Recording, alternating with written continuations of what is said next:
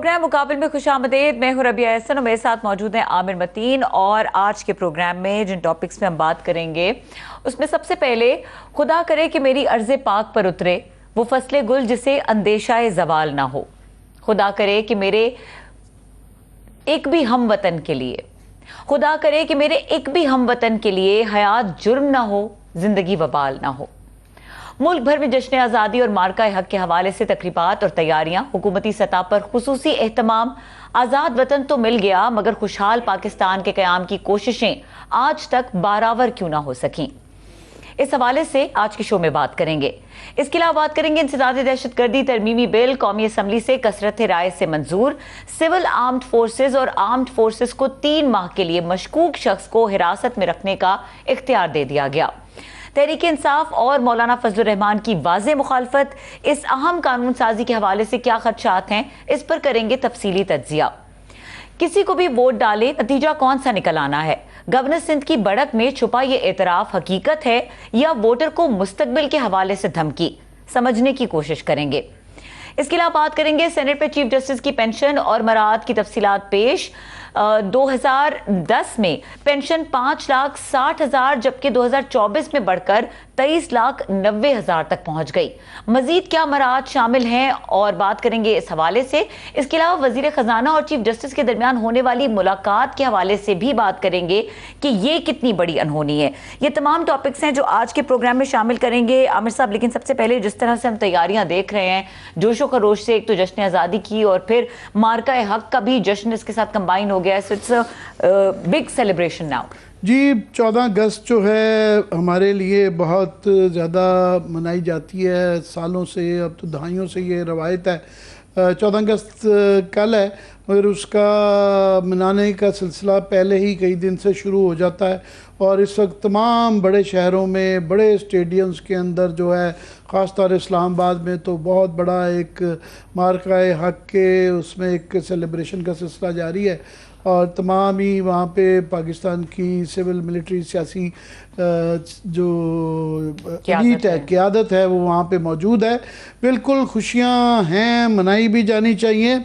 इस साल ज़रा खुशियाँ हमारी दोबाला हो जाती हैं क्योंकि ये इससे कुछ अरसा पहले ये इंडिया को जो हमने उसकी जो पिटाई की है और जो हमारी एयरफोर्स और फ़ौज पाकिस्तान ने जो हमें हमारा सर जो है फ़ख्र से बुलंद किया है, उसके बाद हमारी ना सिर्फ खित्ते में धाक बैठ गई है, पूरी दुनिया में हमारी इज़्ज़त में बहुत इजाफा हुआ है। इस वक्त पूरी दुनिया उसको स्टडी कर रही है कि हमने कैसे एक अपने से, आप देखें 7 गुना जो है बड़ी उनकी आबादी है, 10 गुना बड़ी उनकी इकॉनमी है, डबल ट्रिपल उनकी फ़ौज है, सब कुछ ही हमारे से बहुत बड़ा है। उसके बावजूद जिस तरीके से हमने उनकी पिटाई की है कि उनके कम से कम 6 जेट्स जो हैं गिराए गए हैं, क्योंकि वो डिनाइल में है पर पूरी दुनिया में उनका तमस्कर उड़ाया जा रहा है कि कोई मानता ही नहीं है, इवन कि उनका अपना मीडिया नहीं मान रहा कि जनाब ये आप इसे कोई सबूत तो दे लें। मगर जो हमने उसके अंदर कमाल किया है कि वो वॉर हिस्ट्री, एयर कॉम्बैट की हिस्ट्री को ही तब्दील कर दिया है कि कैसे आप थोड़े वसाइल के साथ उसको अडेप्टेबल बना के, मॉडर्न सिस्टम के साथ करके, इंडिजिनस तरीके से उसको ढाल के एक बड़े दुश्मन को कैसे गिराया जाता है। तो सारी आज तक की जो डिफेंस की पैराडाइम थी कि एयरक्राफ्ट बड़े मैटर करते थे और वो सारे वेस्टर्न डोमिनेटेड थे, वो यूरोप के थे, फ्रांस के, रूस के और अमेरिका के, तो उनके मुकाबले में हमारा, हम ज़ाहिर है उनके ग्रेट पावर्स में तो नहीं आते, तो उन तमाम की जो टेक्नोलॉजी थी उसको हमने चित कर दिया है क्योंकि रशियन एयर डिफेंस 400 था, ब्राह्मोस था, फिर रफाल जो कि प्राइड ऑफ यूरोप था, और फिर हमारे अभी हाल ही में लंदन एयर शो में JF थंडर ने जो कमाल दिखाए हैं, वहाँ पे हमने जो यूरोप का मेन टाइफून है उसके मुकाबले में भी जो कमाल दिखाए हैं। तो पूरी दुनिया में स्टडी किया जा रहा है कि कैसे ये मल्टी डोमेन्स के अंदर जो है एक किल चेन बना के, और हमने कैसे इंटीग्रेटेड सिस्टम ये बनाया। ये दुनिया की रिसेंट वॉर हिस्ट्री के अंदर ऐसा हुआ ही नहीं है। तो ये एक रोल मॉडल बन गया है, पूरी दुनिया हमारे से सीखना चाहती है। तो ये इस पेराए में 14 अगस्त जो है वो इस दफ़ा ज़्यादा मनाने का बहुत बड़े हमारे रीज़न्स हैं। मगर ये जो आपने इब्तदाइये में अहमद नज़ीम कासमी साहब का के शेर पढ़ा कि किसी शख्स के लिए भी वबाल नहीं होना चाहिए, तो कुछ वबाल हैं हमारे मुल्क में कि जिनके ऊपर हमें गौर व फिक्र करना चाहिए कि बैरूनी तौर पे हमने अपना लोहा मनवा लिया और हमारी इज़्ज़त में इजाफ़ा हुआ, मगर हमारे कुछ अंदरूनी मसाइल हैं जिसके ऊपर हमें रिफ़्लेक्ट करना चाहिए। 14 अगस्त जो है वो खुशी का दिन भी होता है, मगर ये एक रिफ़्लेक्शन का डे भी होता है कि जिस पे हमें गौर व खोज करना चाहिए कि हम कैसे अपने अंदरूनी खलफशार को ऊपर काबू पा सकते हैं, क्योंकि हमारी अभी इंडिया के साथ जंग, दुश्मन जो है वो ख़ास तौर पे मोदी साहब, वो ये जंग जो है ये अभी टली है, ख़त्म नहीं हुई और हमें हर वक्त तैयार रहना पड़ता है और तैयार रहना चाहिए। उसके लिए कौमी अंदरूनी जो है इस्तेहकाम बहुत ज़्यादा ज़रूरी है। तो हमारे बुनियादी तौर पे 3 मसले हैं। एक तो ऑफ कोर्स सिक्योरिटी के हमारे बड़े ही ख़ास तौर पे बलूचिस्तान और केपी के अंदर इस वक्त भी ऑपरेशंस जारी हैं और कोई इतनी सेटिस्फैक्ट्री सिचुएशन नहीं है। ये आज ही के फॉर एग्ज़ाम्पल जो ख़बरें छपी हुई हैं, कल हमारे पास ये खबरें आ गई थी मगर क्योंकि ऑफिशियल फिगर्स दी थी तो हमने नहीं किए, तो आज ये बताया गया है कि बलूचिस्तान के अंदर जो है सिक्योरिटी फोर्सेस का बड़ा ऑपरेशन हुआ है। 4 रोज़ में 50 दहशतगर्द हलाक हुए हैं और 7 से 9 अगस्त ज़ोब के संबाजा इलाके में 47 दहशतगर्द मारे गए हैं। ये इसका स्केल ऑफ ऑपरेशन का आप अंदाज़ा लगा सकते हैं। और ये अफ़गानिस्तान से दरअंदाजी हो रही थी जिसकी कोशिश को नाकाम बना दिया गया है। 10 और 11 अगस्त की शब को पाक अफ़गान सरहद पर 3 भारतीय हिमायत याफ्ता दहशतगर्द को भी हलाक किया गया है और उन दहशतगर्दों से भारी मकदार में असला और गोला बारूद भी बरामद हुआ है। और वाशक में सिक्योरिटी फोर्सेस पर हमला, नौजवान शहीद हुए हैं। तो ये बलूचिस्तान की सूरत हाल है। अभी हाल ही में मस्तूंग के अंदर जो है रेल की पटरी को उड़ा दिया गया था और इस वक्त बाजौड़ के अंदर ऑपरेशन जारी है और 3 रोज़ के लिए बताया गया है और वो डे टाइम पे ऑपरेशन है। मगर बेताशा 2 तहसीलों के अंदर लोग नकल मकानी का शिकार हैं और वहाँ पे अभी मुश्किलात हैं। बाकी भी जो ख़ास तौर पे केपी के जनूब के अंदर बन्नू, मुडर, इस्माइल खान, वज़ीरिस्तान, इन इलाकों में खलफशार रहता है और दहशतगर्द जो हैं अभी भी एक्टिव हैं। सो ये तवातुर के साथ हमले करते रहते हैं। तो हमें सिक्योरिटी एक हमारा बहुत बड़ा इशू है। दूसरा हमारा जो है वो सियासी इंतशार है कि हमारे यहाँ आज फॉर एग्ज़ाम्पल ये सारी जो सेलिब्रेशन चल रही हैं सारे ही छोटे बड़े शहरों में और कोयटा, लाहौर, कराची, पेशावर, इनमें ख़ास तौर पे बड़े इज्तिमा हो रहे हैं, सरकारी इज्तिमा हो रहे हैं। मगर अपोजिशन जो है उसको भी उसका हिस्सा होना चाहिए था। कुछ उनकी गिले शिकवे हैं, कुछ हुकूमत ने भी कोई इतनी कोशिश नहीं की है कि उनको मना के साथ चलवाने की।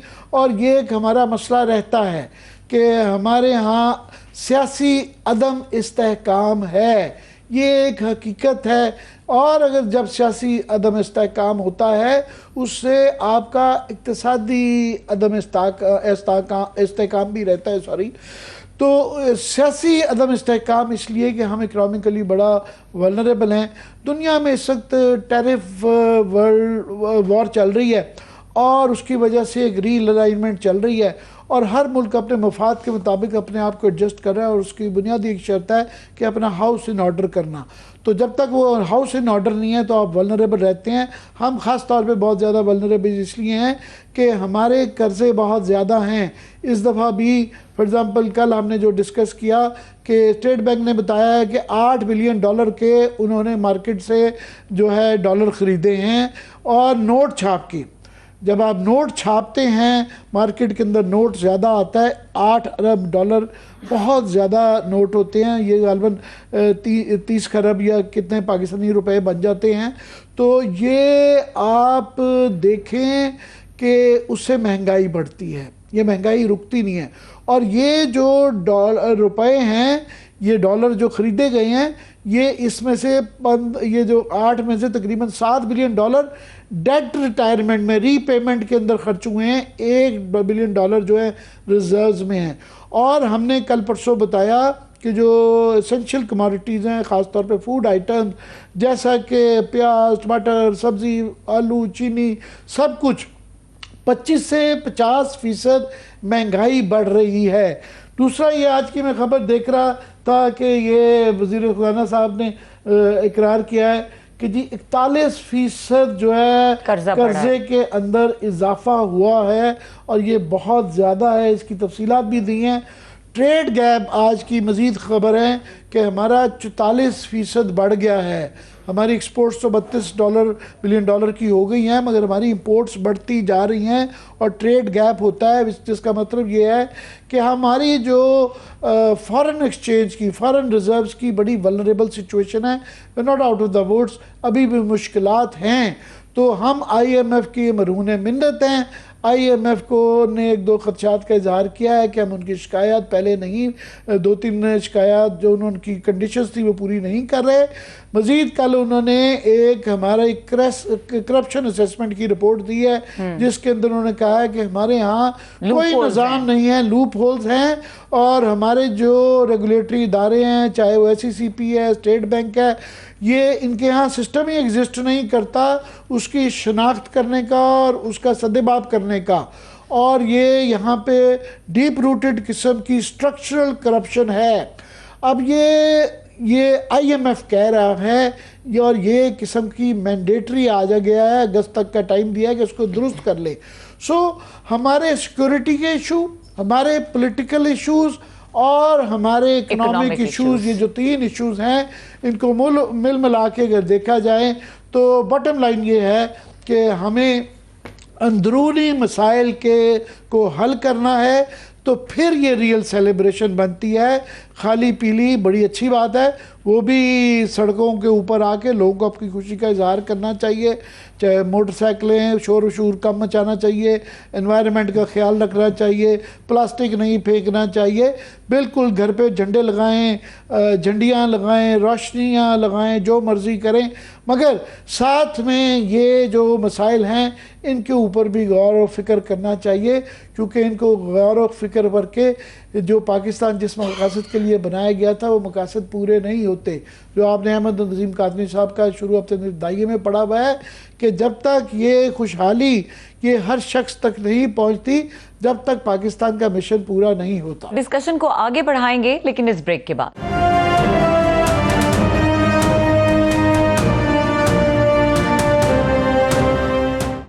Welcome back. आमिर साहब, डिस्कशन को आगे बढ़ाएंगे। जिस तरह आपने बहुत खूबसूरत बातें की, बड़ी कॉम्प्रिहेंसिव किस्म की आपने एक तस्वीर खींची, और आई थिंक कि इस तरह की बात है कि आज़ादी और यकजहती 2 ऐसी चीज़ें जो पैरेलल साथ साथ चलती हैं, हैंड इन हैंड।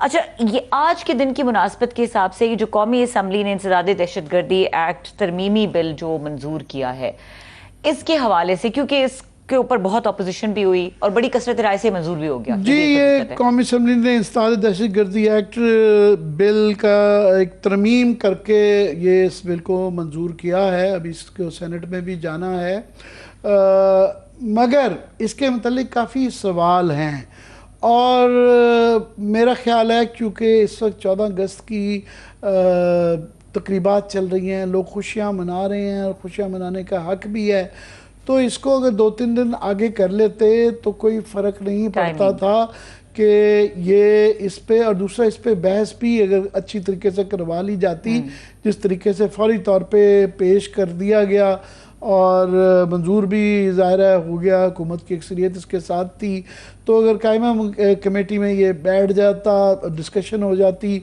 तो कोई हर्ज नहीं था, क्योंकि ये पाकिस्तान का एक तनाजुर है इस तरह के बिलों का कि ये ऑफ कोर्स हमें समझ आती है, जिस तरह हमने अभी जिक्र किया कि इस वक्त बलूचिस्तान में एक अंदरूनी एक ऑलमोस्ट जंग जारी है, ऑपरेशन जारी है, बाजौड़ में भी एक ऑपरेशन जारी है, और इस तरह के ज़रूरत होती है कई दफ़ा कि कवानीन सख्त बनाने की, कि फौरी तौर पे कुछ ना कुछ उसका सद्दबाब किया जाए।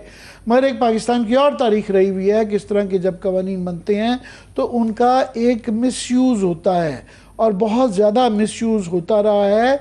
और पहले ही 2-3 जो सवाल आते हैं वो ये हैं कि पहले ही काफ़ी कवानीन मौजूद हैं कि वैसे ही जो पूरा ये जो इंसदाद दहशतगर्दी का एक्ट जो है 1997 से लेके इसके अंदर इतनी तरामीम भी आ चुकी हुई हैं, पहले भी 2017 में भी आ चुकी हुई हैं और भी आ चुकी हुई हैं, कि इसके अंदर बेताशा इख्तियारात हैं।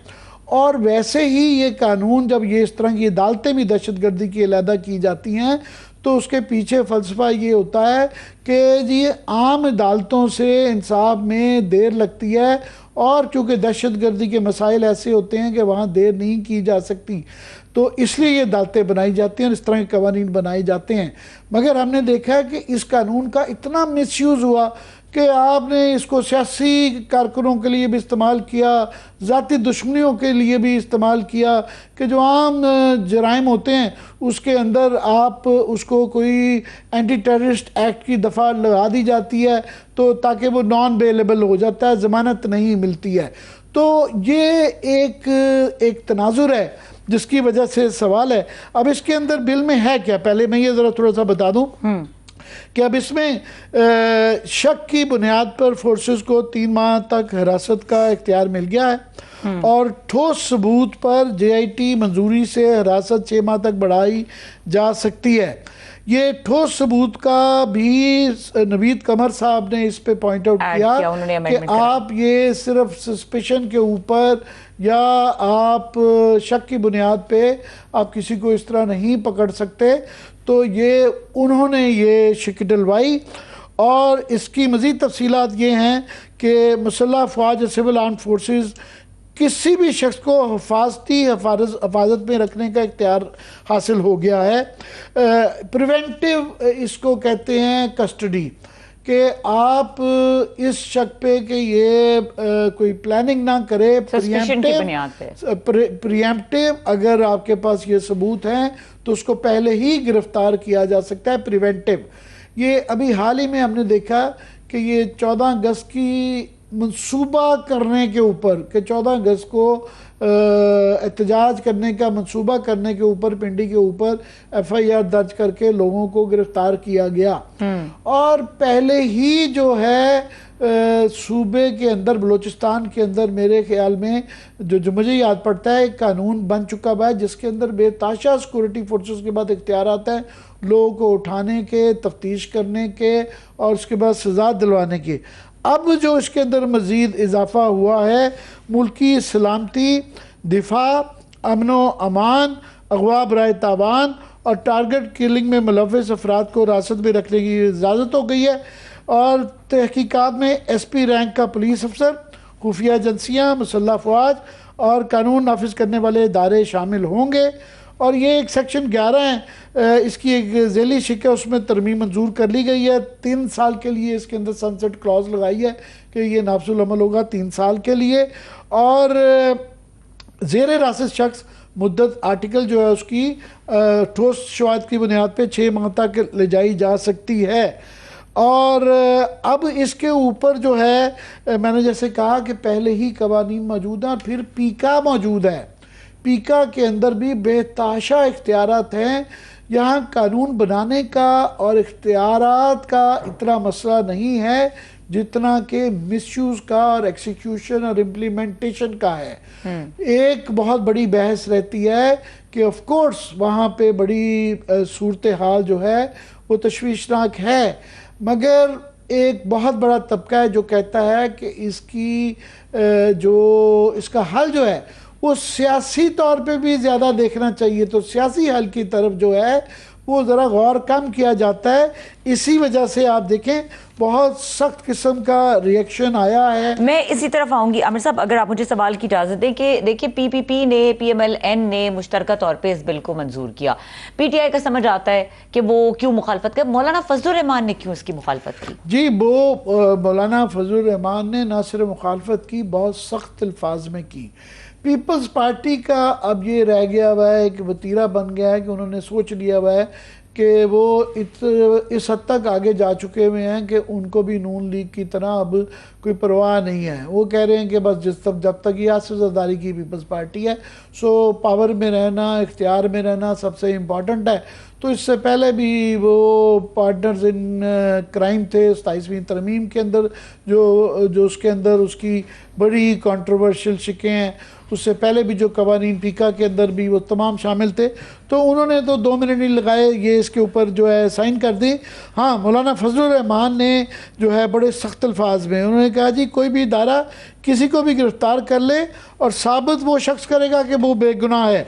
और उन्होंने जिस तरह मैं अभी कह रहा था कि ऐसे कवानीन माजी की तल्ख मिसालें मौजूद हैं। कानून, गलत कानून को बतौर नज़ीर पेश नहीं किया जा सकता। उन्होंने कहा, जी हम अपने गांव नहीं जा सकते, तो ये दहशतगर्दी कब ख़त्म होगी। और बड़े सख्त अल्फाज में थे। मौलाना फजलुर रहमान जो हैं वो शोर मचाते हैं। वो इसलिए भी शोर मचा रहे हैं कि ये इसकी रेलेवेंस ज़्यादा पख्तूनख्वा और बलूचिस्तान में जहाँ इस वक्त ऑपरेशन जारी हैं दोनों सूबों में, तो उनकी प्रेजेंस जो है, इलेक्टोरल प्रेजेंस जो है वो इन्हीं 2 सूबों में है। उनका वोट बैंक भी उधर है और उनको ये पता है कि उन्होंने ये फेस करना है अपने वोटर को। दूसरा, उन्होंने 27वीं तरमीम में भी एक, मैं ये ज़रूर कहूँगा कि शुरू में शोर मचाया, बाद में उसके अंदर वो शामिल हो गए। वो अपनी एक सियासी बारगेनिंग भी करते हैं। तो बहरहाल ये एक जो है एक मामला है। तो इसके ऊपर अगर आप इजाज़त दें, मेहमान का तारुफ करवा दें। जी तो जी, मैं इसी तरफ जाना चाह रही हूँ क्योंकि हमारे साथ गेस्ट भी मौजूद हैं, सीनियर सियासतदान हैं और जमहूरियत के हवाले से हमेशा बात करते हैं, ख़ास तौर पे मुज़ाकरात के हमेशा हामी रहते हैं। मोहम्मद अली दुरानी साहब स्टूडियो में हमारे साथ मौजूद हैं, उनको वेलकम करेंगे। अस्सलाम वालेकुम। मैं आपका तारुफ ज़रा आसान कर देता हूँ। आप ये कहें मुफाहमती सियासत के अलमबरदार दुरानी साहब, ये इस पे आते हैं। मगर मैंने इब्तदाइये में 14 अगस्त कल है और इसकी सेलिब्रेशन पूरे मुल्क में इस वक्त भी मनाई जा रही है और कई दिनों से ये सिलसिला जारी है। और बिल्कुल ये इंडिया के पास इस जंग जीतने के हमारी इज़्ज़त खिते में भी बढ़ गई। मगर मैं ये कह रहा था कि हमारे मसाइल अंदरूनी हैं 3, एक सिक्योरिटी का इशू है, एक हमारा सियासी इंतशार है और एक हमारी इकनॉमिक मसले हैं उसी इंतशार की वजह से। पहले मैं चाहूँगा कि 14 अगस्त जो है एक रिफ्लेक्शन का दिन भी होता है, उस पर ज़रा आप अपना तबसरा फरमा दें ज़रा। रहीम, हम सब 14 अगस्त तो बहरहाल हमारी जब से हम पैदा हुए हैं एक ऐसा दिन है जिसमें इंसान यकीनन एक खुशी महसूस करता है या एक इत्मीनान महसूस करता है। गो के बहुत से इश्यूज़ भी हैं, मसाइल भी हैं, हर चीज़ है, लेकिन बहरहाल 14 अगस्त एक दिन है जिस दिन को से यादें हैं। लेकिन इस दफ़ा जो 14 अगस्त है उसके मौके पे थोड़ा सा एक नया एलिमेंट उसमें शामिल हुआ है। वो जो एक लंबे अरसे से, मैं तो समझता हूँ कि 71 के बाद से जब भी 14 अगस्त आता था तो भारत के हाथों जो हमारी ह्यूमिलिएशन हुई थी इस पाकिस्तान की सेपरेशन की शक्ल में, तो वो हमारे जहन में आ जाया करती थी और उसका एक दर्द हमने अपने बड़ों के चेहरे पे भी देखा, हमें भी वो याद आता था। लेकिन इस दफ़ा जो है, इससे पहले जो चंद वाक़यात हुए हैं इंडिया के साथ, जो एक टकराव की कैफियत बनी और उसमें जिस तरीके से पूरी कौम ने मिल के अपनी अफवाज के साथ खड़े होके और हमारे मिडिल क्लास और लोअर मिडिल क्लास से ताल्लुक़ रखने वाले जो साइंटिस्ट्स हैं, टेक्नीशियंस हैं, जवान हैं, फ़ौजी हैं, ये सारा इसी क्लास को रिप्रेजेंट करते हैं। ये एलीट क्लास के नुमाइंदे नहीं हैं, ये आम कौम के नुमाइंदे हैं। इन्होंने और पूरी कौम ने मिल के जिस तरीके से भारत का मुकाबला किया, फिर जिस तरीके से अल्लाह ताला ने इन्हें कामयाबी दी और जिस तरीके से उनके हिस्से में एक बिल्कुल पशेमानी और ज़िल्लत आई, जो तकब्बुर था मोदी का, उसको अल्लाह ताला ने खाक में मिलाया। और एक चीज़ जो इसमें बहुत दोबारा भी इसका ज़िक्र हमें करना चाहिए कि कौम पूरी मुत्तहिद होकर अपनी अफवाद के पीछे खड़ी हो गई। वो वीलॉगर्स जिनके पीछे डैगो ड्रॉन फिर रही थी पूरी हुकूमत, उन्होंने इंडिया के वीलॉगर्स और पाकिस्तान के ख़िलाफ़ प्रोपेगेंडा वालों के छक्के छुड़ा दिए। वो मीडिया जिसके मुंह पे टेपें लगा दी गई थी, जब वो टेपें हटी तो उन्होंने अपनी बर्तरी और अपना इंटेलेक्चुअल स्ट्रेंथ जो है उसको इस तरीके से रिफ्लेक्ट किया कि पूरी दुनिया में पाकिस्तान की इज्जत और पाकिस्तान के वकार का सबब। और वो इस वजह से भी कर पाए कि क्योंकि हम सच पे थे और हमने जो अपनी फतह बताई उसके पीछे हकीकत थी। उन्होंने झूठ बोल के, रवि जो एयर चीफ ने उनके कहा कि जी हमने भी 6 जेट गिराए, पूरी दुनिया में तमस्कर उनका उड़ रहा है। मगर मैं साथ में कह रहा था कि हमारी इन खुशियों को थोड़ा सा हमारे अंदरूनी मसाइल ने थोड़ा सा गहना दिया है। 14 अगस्त एक रिफ्लेक्शन का टाइम भी होता है कि गौर करें कि हम ये अपने अंदरूनी मसाइल का हल कैसे कर सकते हैं। मैं चाहूँगा उस पर भी अब तबसरा फरमाएं। आबिद साहब, ये अब आप बिल्कुल पहला जो गुफ्तगू आपने की, आपने उस सारी गुफ्तगू को कंक्लूड कर दिया मेरे ख्याल में, और बहुत अच्छे अल्फाज में। ये जो रिफ्लेक्शन का मौका है, मैंने देखा कि जब ये खुशी ऐन कौम मना रही थी, उसी मौके के ऊपर हमने देखा कि सज़ाओं का एक सिलसिला शुरू हो गया।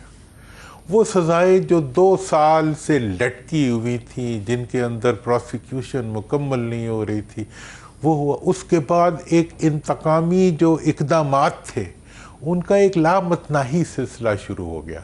तो उसको जब मेरी अपनी, आपको पता है मेरी अपनी एक एंगल है देखने का, मेरे ख्याल में ये सब कुछ जो था, एक तो ये इसलिए था कि वो तबका जो अपने आप को अशराफिया समझता है, जो अपने एलीट कैप्चर, जो कि अपने आप को इक़्तिदार का हकदार समझता है, और मेरी नज़र में या आम आदमी की नज़र में वो हमारी महरूमियों का ज़िम्मेदार है, उस तबके ने जब आम आदमी की खुशी देखी और उसकी एसोसिएशन विद द फोर्सेस देखी, इदारों के साथ देखी, तो उन्होंने कहा कि इनकी खुशी को तो गहना दो। तो हमारी जो खुशियां हैं वो हमारे हुक्मरानों के हाथों हमेशा गहनाई रहती हैं।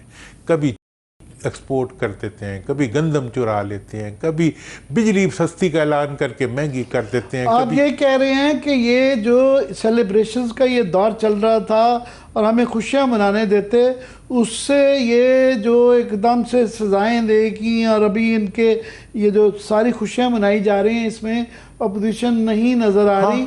ये गलत मैसेज जाता है। और साथ में ये मैंने आपके ज्वाइन करने से पहले जिक्र कर रहा था कि आज ही के दिन में इतनी जल्दी में ये बिल पेश करना क्या अर्ज था कि इसके ऊपर अगर बहस हो जाती, इसको तराश लिया जाता। इसकी हम अहमियत समझते भी हैं, मगर कवानीन का हमारे यहाँ मिसयूज़ होता है। इख्तियारात पहले भी बेताशा हैं, मसला अमल दरामद का है, ये कानून नए बनाने का नहीं है। क्या कहेंगे? देखें, आप बात ही यही है जनाब, कवानीन ये जो आज इस दफ़ा कानून आया, ये कितनी दफ़ा बन चुका हुआ है, और ये जितना कितना कानून बना हुआ है, इससे कहीं ज़्यादा मुश्किल शक्लों में ये लागू भी हो जाता है। कहीं ये बंदों को गायब कर देता है, कहीं बंदों को फारिग कर देता है, कहीं कुछ कर देता है। उसके बावजूद जो है इस कानून को आज ही 14 अगस्त से 2 दिन पहले ही लाना, उसी वक्त इसको अप्रूव कराना, मतलब ऐसे लगता है कि अंदर से घुन लगी हुई है हमें, कोई ऐसी घुन जो कि कौम को आगे बढ़ने से रोकती है, जो कौम को मुत्तहिद होने से रोकती है, जो कौम को अपने लिए इवन खुशी से भी रोक देती है। और वो उस मौके के ऊपर वो तमाम चीज़ें ले आई जाती हैं जिनके नतीजे में अवाम के अंदर और मुल्क के अंदर एक दुख और गम की फ़िज़ा पैदा हो जाती है। ये हमारा, और मैं तो इसके बारे में बड़ा क्लियर हूँ कि जो लोग इसके ज़िम्मेदार हैं वही लोग हैं जिन्हें अवाम पसंद नहीं करते, जिन्हें अवाम मुंतखब नहीं करते, और वो अवाम के सरों के ऊपर अपने आप को नहीं, अपने पूरे ख़ानदानों को लाके लोड करते थे।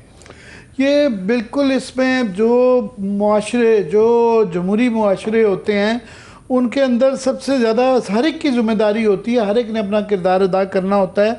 और मैं समझता हूँ जो वॉच डॉग्स होते हैं उसके अंदर सहाफ़ी, सियासतदान और जो आपके अदलिया है, इनका एक ज़्यादा कलीदी रोल होता है। और बदकिस्मती है कि 14 अगस्त कल है और आज भी खुशियां मना रहे हैं हम, कि ये रिफ़्लेक्ट करने की ज़रूरत है कि इनका किरदार वो नहीं रहा जो इनका होना चाहिए। फॉर एग्ज़ाम्पल हम अपने मीडिया के हवाले से भी कुछ लगे हुए हैं, मगर वो नहीं लड़ पा रहे जो कि माजी के अंदर जैसे लड़ा जाता। सियासतदान तो बिल्कुल ही जो है वो ख़ास तौर पे हुकूमती पार्टियां लेट चुकी हैं, उन्होंने पता नहीं आइंदा सियासत करनी ही नहीं है।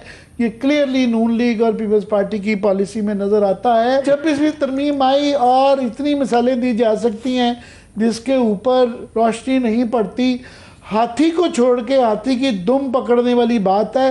क्या कहेंगे आप?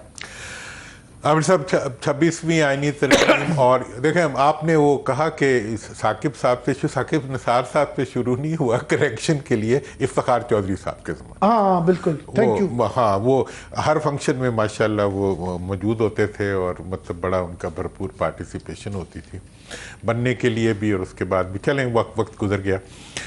जो अभी की सूरत हाल है, जो आज जिन इदारों का आपने ज़िक्र किया, मतलब देखें 26वीं आईनी तरमीम के बाद मेरे ख़्याल में 2 इदारे जो हैं दे सीज टू एग्जिस्ट, एक अदलिया और एक पार्लियामेंट।